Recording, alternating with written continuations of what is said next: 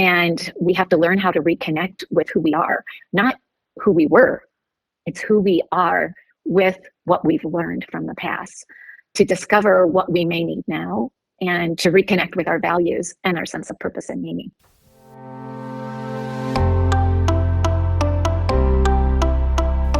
Hi there, I'm Wendy Rimmelsbacher, and welcome to the podcast show Dim to Daring. Do you feel like there's something bigger waiting for you, but you're not sure how to make it happen?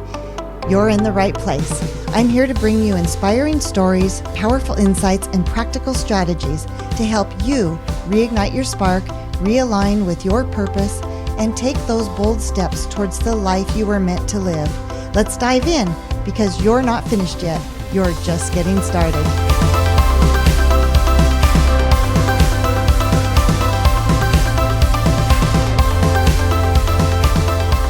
Welcome back to Dim to Daring.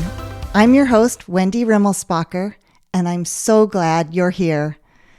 Not just because I get to introduce you to my dear friend and thought partner, Judy Rooney, but because the work she's doing is exactly what so many of us need right now. Judy is the heart and soul behind Once Upon a Habit. After decades of experience as a clinical social worker and behavioral health therapist, she's now helping women in midlife and beyond reshape their mindset, rewrite the stories holding them back, and build habits that align with who they're becoming. This conversation is for anyone who's ever felt stuck in a season they've outgrown or caught between knowing they want something more, but not knowing how to begin. Judy shows us how curiosity, mindset shifts, and even tiny daily actions can move us forward. So whether you're facing change or quietly craving it, settle in and lean forward, because Judy brings both spark and substance that could be just what you need today.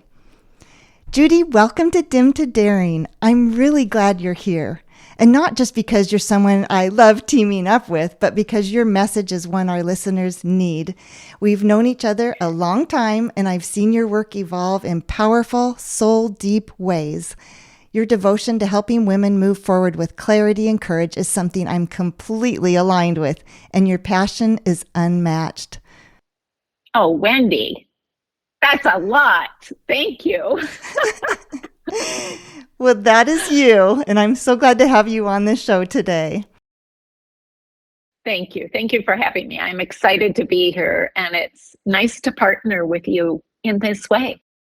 Yeah. Before we jump in, is there anything you'd like to add or expand on in that intro? No, I think it was very nice. Thank you. Well, you're welcome. Okay, well, let's get started.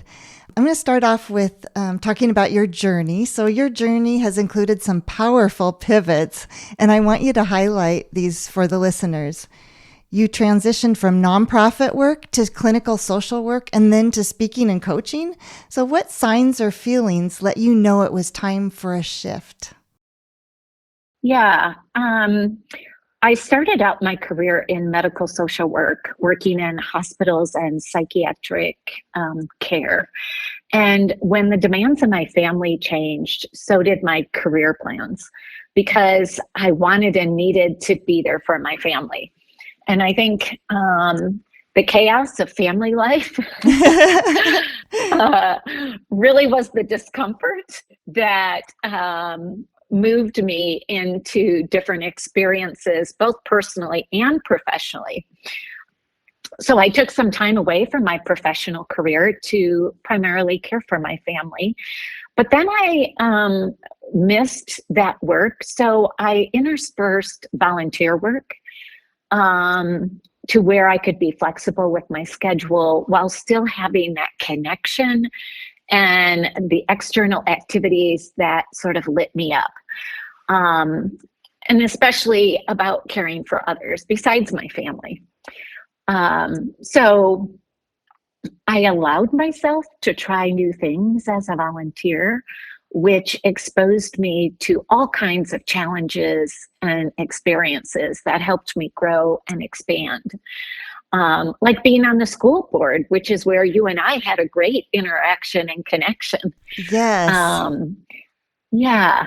And so it's important to have that awareness of when you're feeling you need something more in your life. And whether it's to step back or to step forward. And I think that those little discomfort nudges just sort of helped me figure things out. And then having those different experiences really helped. Wow, your story is so relatable to so many women, and it's such an inspiring journey. But what I love most about it is that you really listen to your inner voice and your nudges for needing something more, even though you had so much going on in your own home. But you responded to those inner nudges and you took action. I mean, all those things are what most of us want to do. And so often women push those feelings down and suppress them. And I love that you listened to it and took action. Exactly. And that's what I think is key to navigating change in your life, is to really listen to your inner voice. Yeah. What did you learn from those early nonprofit days that still shapes how you connect with and support women today? Well, one of the things that I learned, of course, is more about systems on a macro level, how institutions and organizations impact people every day. So I took time off professionally and did volunteer work. And when I was ready to re-enter the workforce, as a paid worker rather than a volunteer, there is a difference. I ended up working in a displaced homemaker program, which was a nonprofit government-funded program. And I came to this job getting paid less than when I left the workforce about 15 years prior to that. And I was actually one of those displaced homemakers myself, trying to earn my way back into a professional career, even though I had a master's degree in social work. And so I really, through this experience, I came to understand the bias with women going back to work. I came to understand the decisions that women have to make regarding careers and family and self-care and caretaking, and the various roles and expectations that we not only put on ourselves, but that the societal pressure also influences us in our decisions and in our actions. And so I think that's how that's helped me learn and understand how to support women today, is knowing the transitions that we go throughout our lives. And in a response to that, also how that's impacted our mindset. I think being part of that boomer generation, there's many unhelpful tapes playing in our heads as far as roles and expectations. And I think that has been experienced, also has had that ripple effect on generations that have come behind us, like for Generation X, and maybe even for some millennials. And so I think that I learned through living those different transitions in my life, how that really impacts women and the roles that we play today. Yeah, and that leads to so much of our uncovering of limiting beliefs and, false narratives that are leading the way in our minds. Exactly. It's that fight in our body about our intuition and what we want to do versus what our brain's saying. I mean, that's where it culminates right there.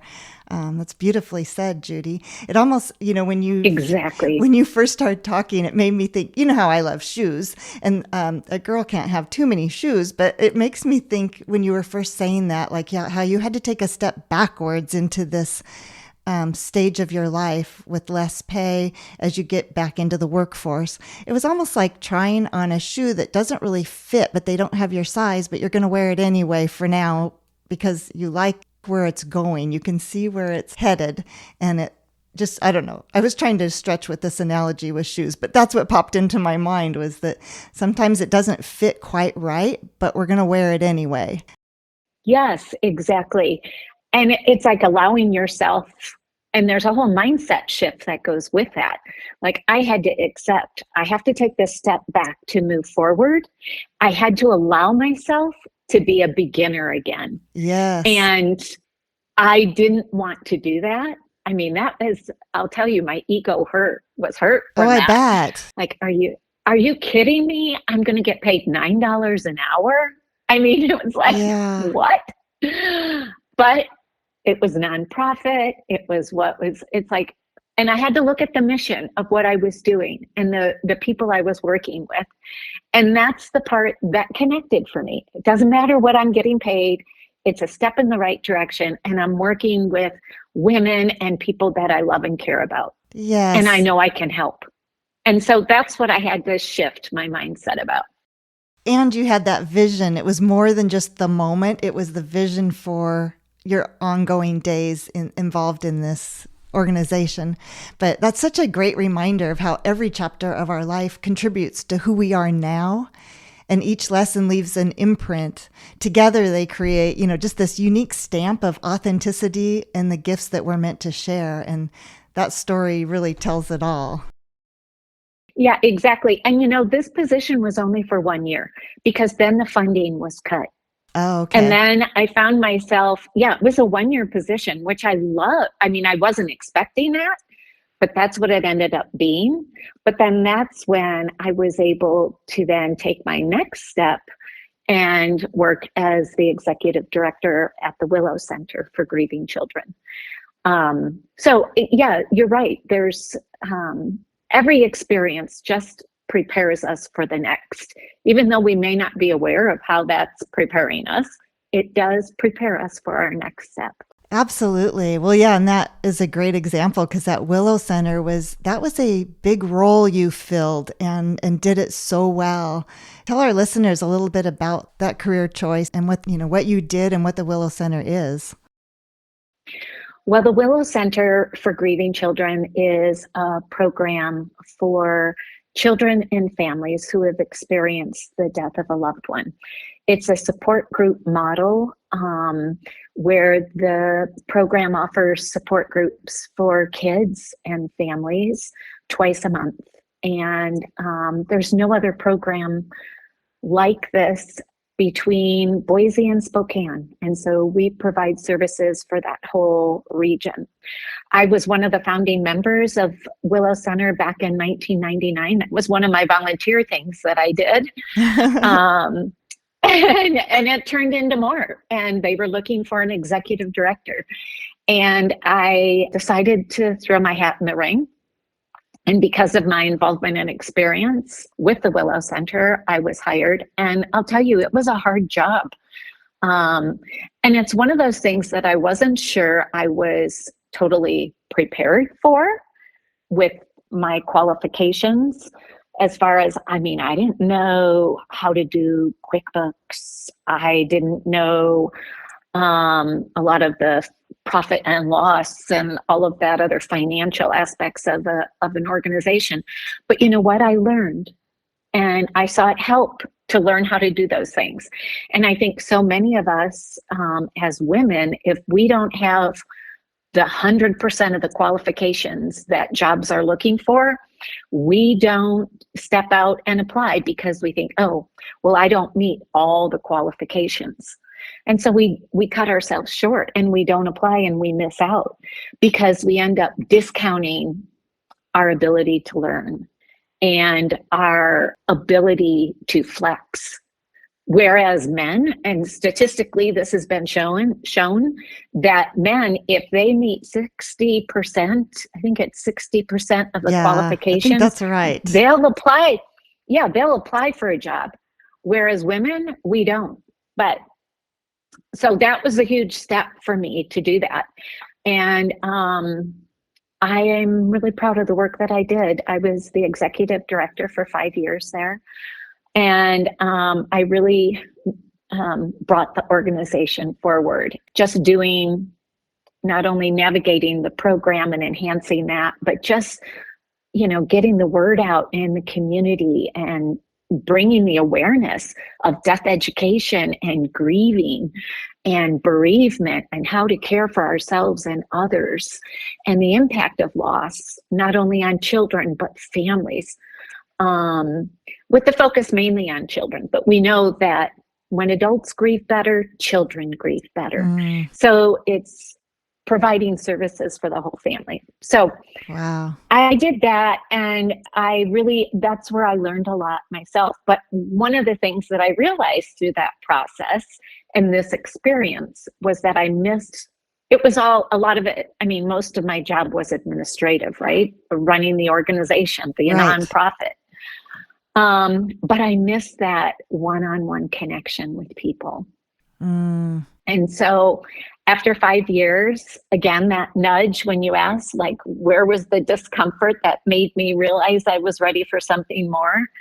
I was tired. I'm not going to lie. It's a big job, and fundraising and doing all of that. I decided I really wanted to get back and work with people. And so that's where I got back into individual therapy, and doing clinical therapy work. So yeah, that's how that all came about. Oh, that was such a big stretch. And you said you threw your hat in the ring, and I would say you grew into new shoes. For sure.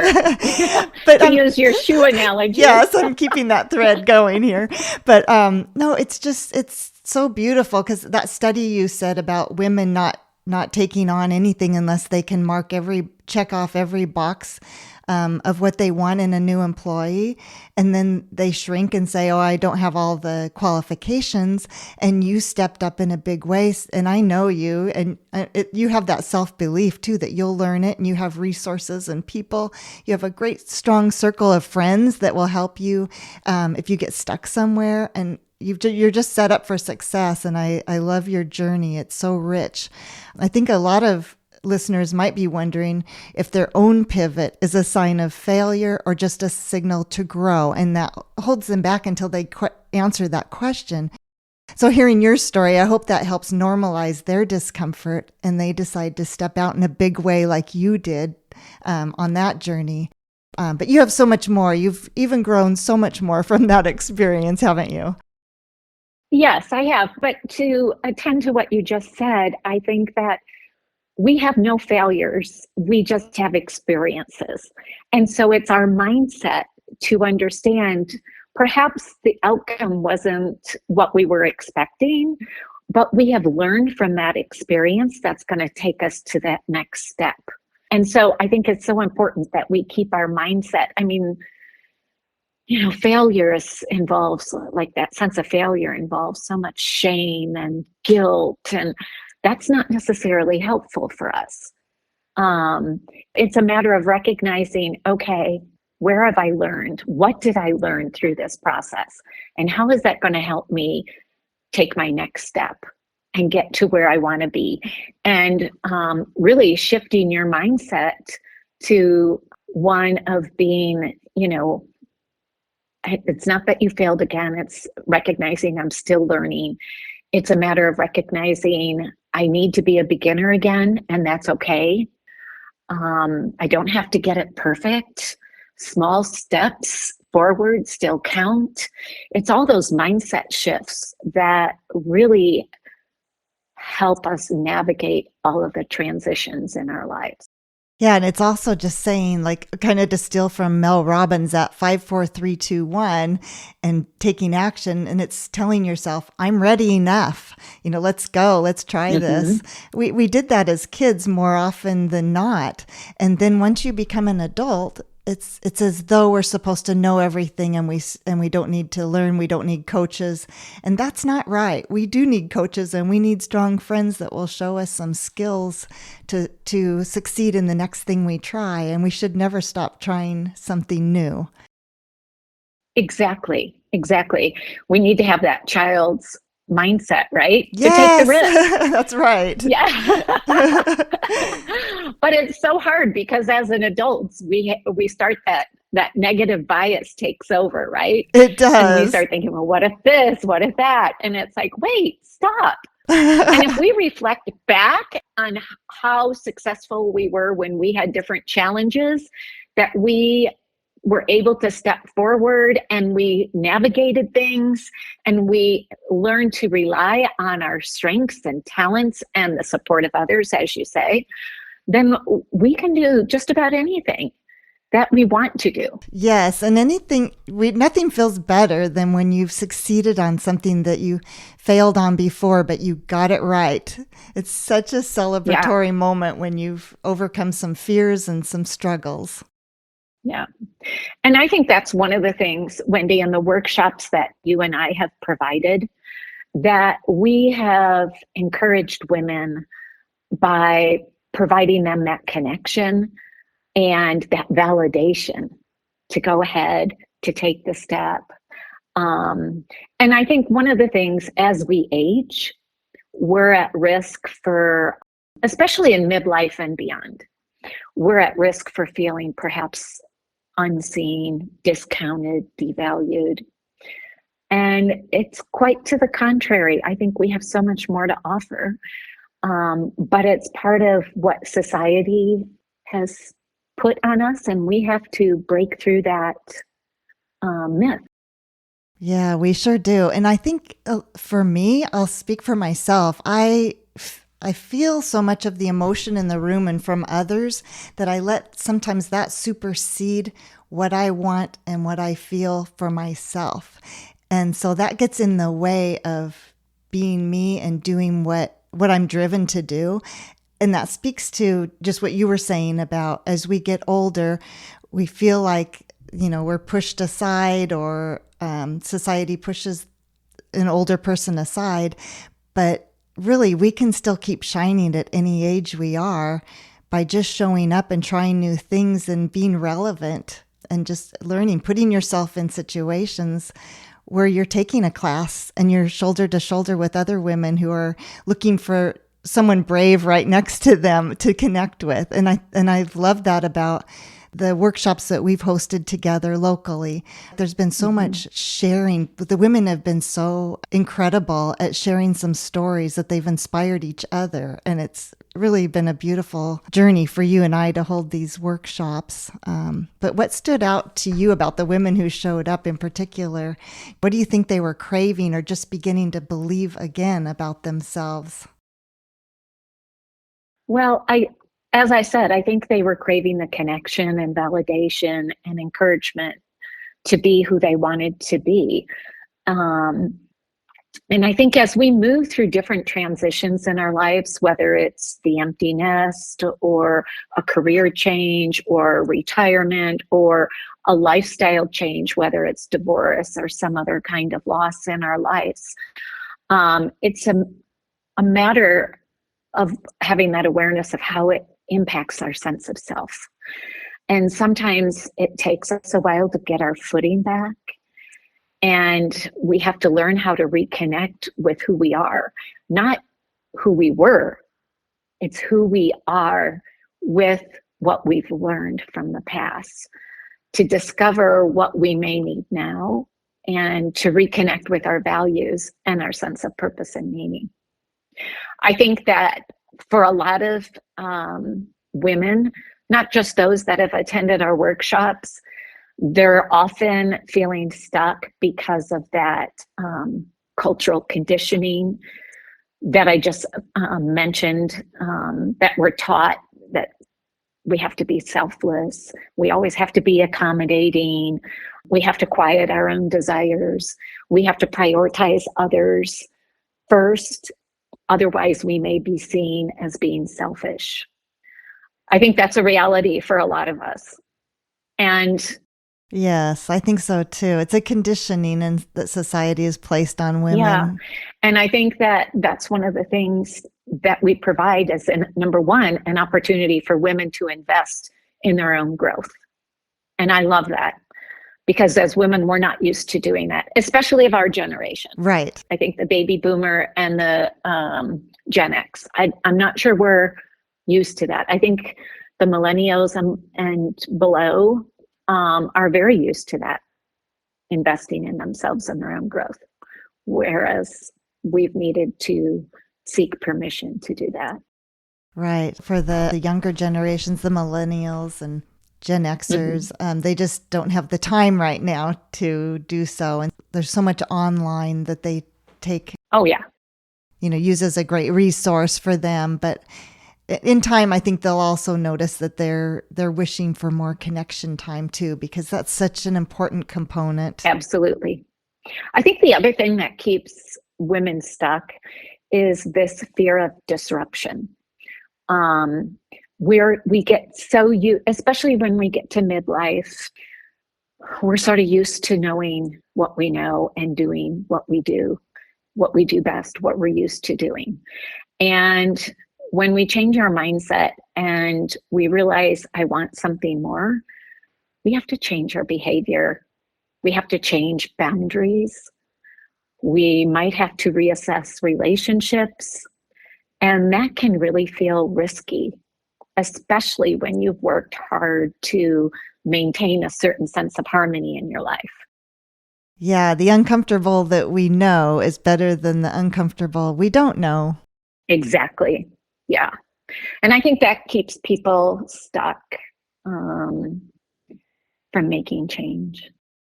It does. And it also feels sometimes as though you're afraid to grow because you know that you're outgrowing some of your relationships, and it feels like a divorce with friends. But being aware of putting some boundaries up and letting yourself give yourself space to grow and addressing some of your relationships and growing new relationships is really the key to it all. You can still have it all, but you do have to let go of something to grow. Yeah. And that's part of the transition, is recognizing that loss. But then also what you're gaining. So. Yeah, that's right. That's the sparkle that's out in front of you that you're wanting to grab. Yeah. I don't know. We say, let's do it. Let's grab that shiny star. Let's shift into what I call the how zone. Judy, you help women create real change, and that doesn't just happen by accident. It's about rewiring patterns and beliefs. You've gone through your own seasons of change, clearly, Judy. What's something that you've had to let go of that perhaps you've outgrown and that was hard, but it helped you to move forward, to evolve into the person you are today? So I'm not sure I've totally outgrown this, but it's been something that I've been working on. And it's the belief that I've had of playing small. And just to clarify what that means for me and for others, what that might mean for them. But it's just the ways that we as women perhaps minimize ourselves and our needs and our power and our potential in order to feel safe, accepted, and maybe quote unquote appropriate. And so I found myself, I'm one of 9 kids, and I'm right in the middle. I've got 4 older and 4 younger. And I have learned about myself is that I played small to get along, to blend in with the family. As a child, I did. And that sort of continued on in my world, where I would downplay my strengths and achievements. I found myself holding back opinions and ideas or creativity. I settled for fine, oh yeah, that's fine. And I didn't necessarily seek or ask for what I needed, whether it was in relationships or in my career or whatever. And I tended to avoid attention and any visibility. And if I had a leadership role, I would downplay that and sort of make it, oh, it's a team effort. And I wouldn't own what I did. And I think I just learned this at an early age.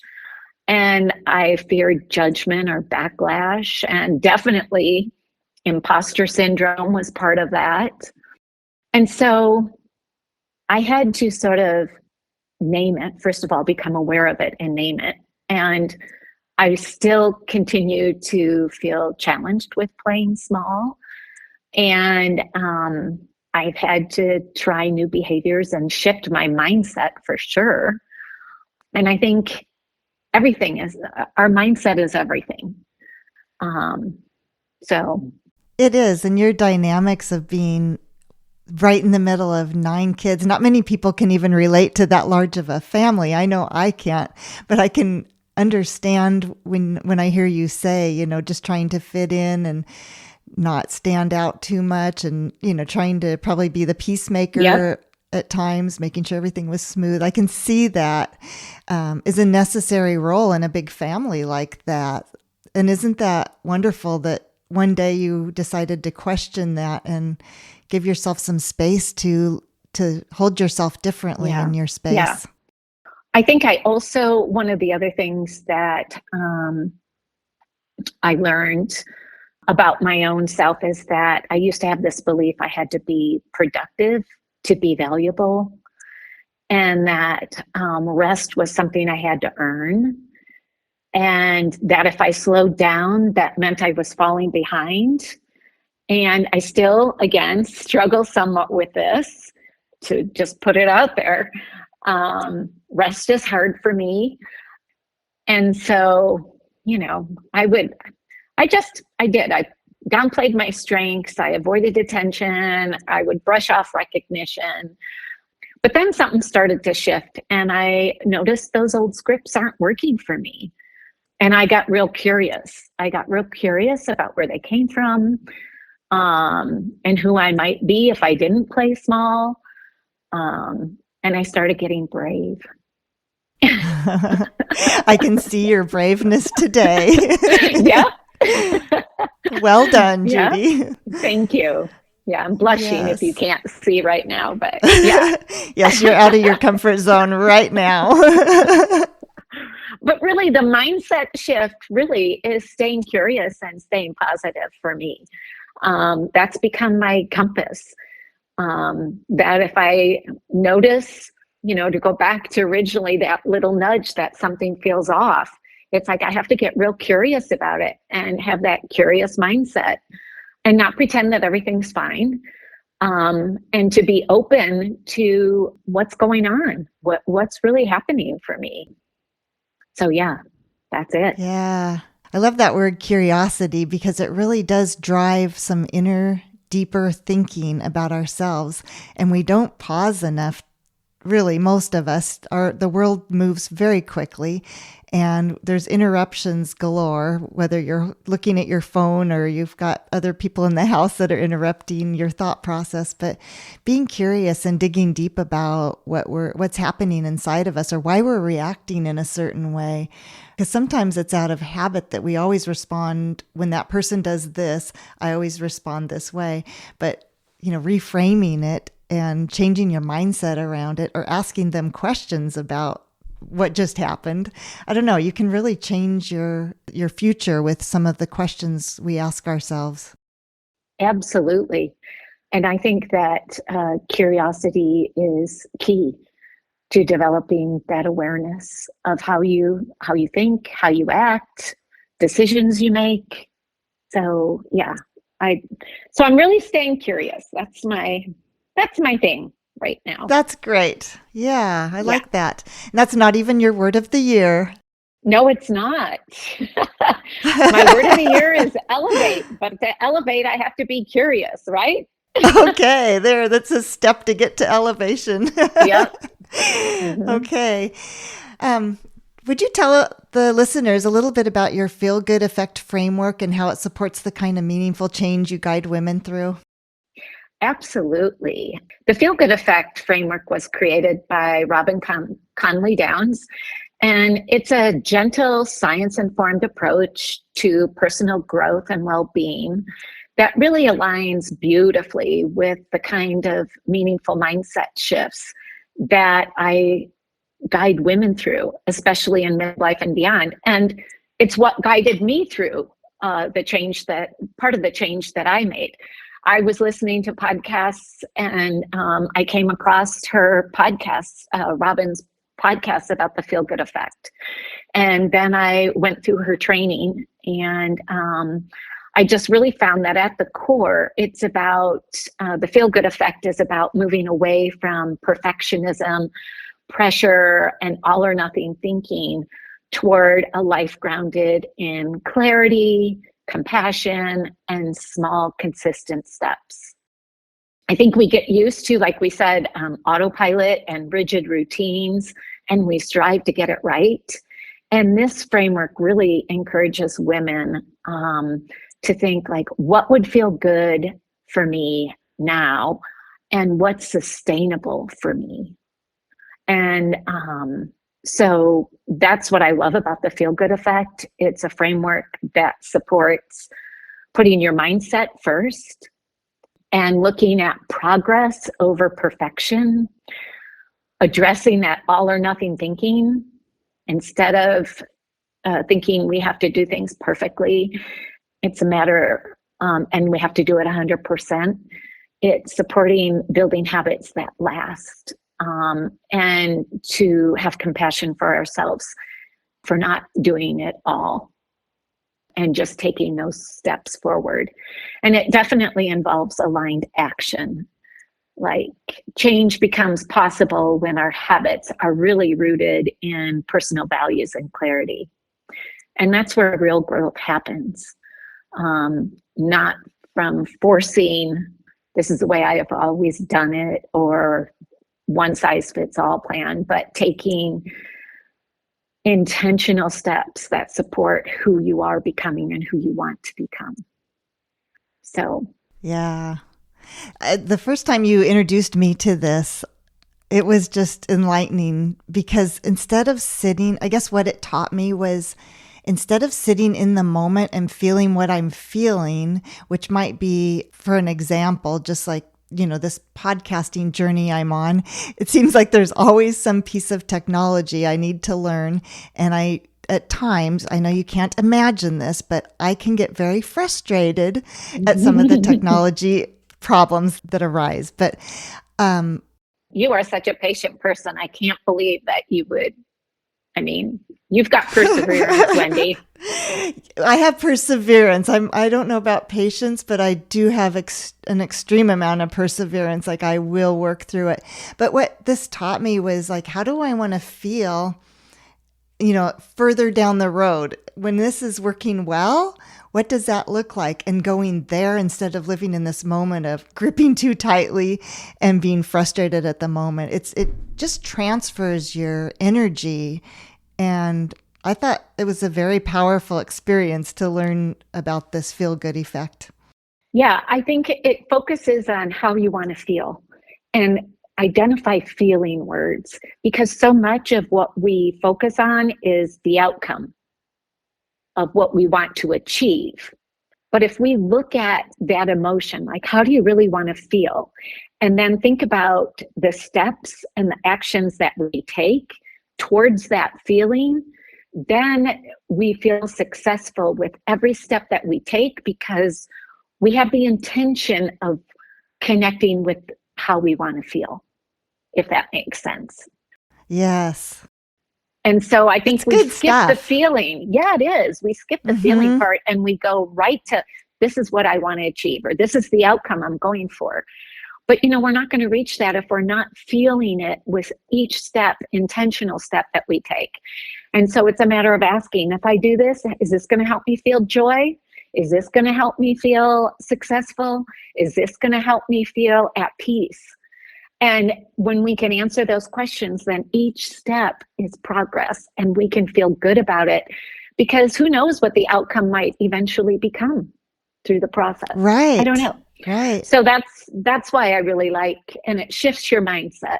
It reframes your mindset. Exactly. Absolutely. That's so powerful. Yeah. Thank you. Okay. I'm going to transition to this next question. And Judy, I'm going to ask the question, but then I want to say one more part before you answer the question. So, Judy, I know you're an avid reader and always have a great book recommendation ready. What are your top 3 nonfiction books you'd suggest for women who are ready to evolve into their next elevated chapter? Now, If you know Judy like I do, you know this is both a fun and slightly unfair question because narrowing it down is no small feat. I was originally going to ask for just one recommendation, but then I laughed and thought, who am I kidding? Judy has a library at home, so of course I gave her 3 book slots to fill. Thank you, Wendy. So, you're right. I had trouble coming up with 3. And but I'm going to start off with my first one being The Next Right Thing by Emily P. Freeman. And Emily is a spiritual director, a Christian spiritual director. But and this book has spiritual overtones with it. But what I like about this book is that it's sort of a deep breath for women who are ready to move forward, but feel overwhelmed or uncertain. And she really invites us to pause, to reflect, and listen inward before we leap into what our next is. And it's really a practical guide, and she has great questions at the end of each chapter for decision making without pressure.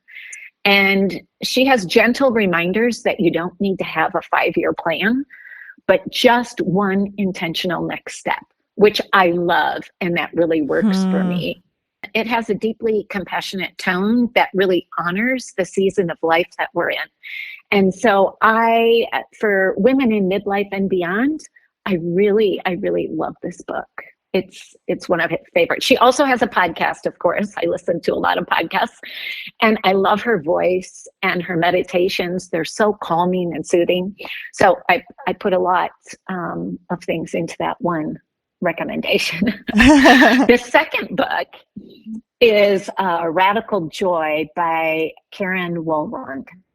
And she talks about reframing aging and seeing it not as a decline, but as sacred and powerful, as a sacred and powerful time in our life filled with creativity, purpose, and yes, even joy. And so the book blends a memoir of her life and transitions and pivots, but it also offers reflection prompts and storytelling and some research to help women really reclaim their agency in how they age and deepen more into their sense of meaning, not to shrink back, and to embrace the vibrancy of life rather than invisibility. So she just encourages people to explore joy not as a passive pleasure, but as a more, let's say, radical, intentional practice. That sounds like an interesting book to pick up. It is. It's great. And then my third recommendation is a book that's currently on the bestseller list, and it's Don't Believe Everything You Think: Why Your Thinking is the Beginning and End of Suffering by Joseph, and I'm not sure how to say his last name. Yeah. Nguyen, Nguyen. I don't know how to say that. Sorry. But this I can't help you there. Yeah, I know. Offers where our human experience comes from and allows us to really look at how our thinking influences our sense of suffering and how we can reframe our thinking and create how we want to feel at any moment. So I'm 3/4 of the way through this book, and it's a simple read. I say simple. It's 100 pages, a little over 100 pages. And again, it's got some questions and some things that makes you think about your own thinking. Because that's what mindset is, right? Our ingrained thought patterns, and really understanding how we think and understanding that we can reframe and rewire our thinking patterns. So sounds like it'll grow your curiosity. Absolutely. Well, thank you. I knew you would have some great book recommendations, and I've not heard of any of these 3, so I'm going to check them out. Oh, great. Yeah. Well, Judy, you've shared so many rich things with us today, but what's currently lighting you up, whether it's a daily habit, a creative outlet, or something you're dreaming about for your next season? This summer, I've allowed myself the opportunity to just be and to enjoy the day before me. And what's lighting me up is being able to do that and being a grandma. Um, I've had a wonderful opportunity to be grandma a lot this summer. And Yes, you so, did. yes. So yeah, that's been part of it. But I am looking forward to offering a few workshops in the fall and doing things a little bit differently. What is a creative outlet for me is my newsletter and my workshop planning, because that is where I feel like I can be creative. So, Okay, well, that's great. If I can support you in any way, please let me know how. I know your newsletter is a wonderful way to stay connected with you and to find out what you're thinking about. And it just creates so many more thought patterns for me after I read your newsletter. They're very good. So we'll have thank to you. add that to the show notes and put the link to that so others can subscribe and be a part of that. That'd be great. Okay, great. And before I let you go, I always like to ask this one. It's my favorite way to end every conversation. What's the most recent daring step you've taken, big or small, and what did it open up for you? Well, I have to say that I've taken a step back from work this summer. Rather than stepping forward, I took a step back. And that's provided me some clarity. And again, when I said earlier, the clarity that I don't always have to feel and be productive to be valued. And so I've allowed myself that this summer. I've just taken a more relaxed approach to things. And people say, well, what have you been doing? And it's like, just taking time to be me and to pause. And yeah, and I take each day as it comes. So that is a daring step for me because that's not how I have been. So this is a totally different kind of summer because I always have been thinking I've got to be doing what's next, what's next. And I've allowed myself to take a step back from that. And that's just provided some clarity for me and a way to sort of reorganize and reset my thoughts. Oh, I'm so proud of you, friend, for doing that. That's a big deal to recognize and to do it intentionally like this so that you can enjoy your family, your summer. I've seen you this summer a few times, and I can tell the peace within you that you're making great connections. So I think this stepping back looks really good on you. Yeah, well, thank you. And it hasn't been easy. I mean, it really, I feel sort of lost at times, but that also has provided that clarity. And so it's part of the process, right? You and I Yeah, both it's a know that it's season. part of the, yes, it's part of the process. And it's a matter of figuring out, being curious about what I'm learning. Mm-hmm. Yeah. Instead of just continuing forward, you're stepping back and looking at it, and you'll come back stronger because you'll know what you want to do and what's important to you, having taken that little bit of time for yourself and your family and just pausing. It's perfect. Great job. Exactly. And enjoying the summer. Thank you. You're welcome. And where can listeners follow you, work with you, or learn more about your offerings at Once Upon a Habit? Well, they can go to onceuponahabit.com. They can follow me on Instagram, Once Upon a Habit. I'm on Facebook at Judy Rooney. And I would love to have people subscribe to my newsletter, and the link will be in the show notes because I give lots of tips and strategies and information and education about all the topics we talked about today and more. And if people subscribe to my newsletter, it also provides them the opportunity to participate in the office hours that I hold once a month via Zoom, where we dig a little deeper as a group and stay connected into some hot topics. So that's it.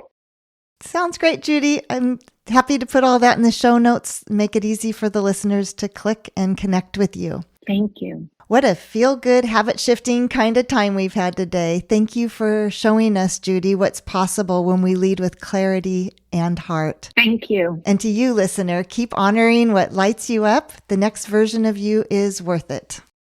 Thank you, Wendy. Thanks for having me. Can't wait to work with you again soon. Same, girlfriend.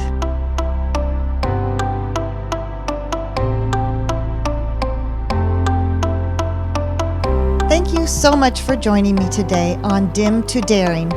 If this episode resonated with you, I'd love it if you subscribed, shared it with a friend, or left a review.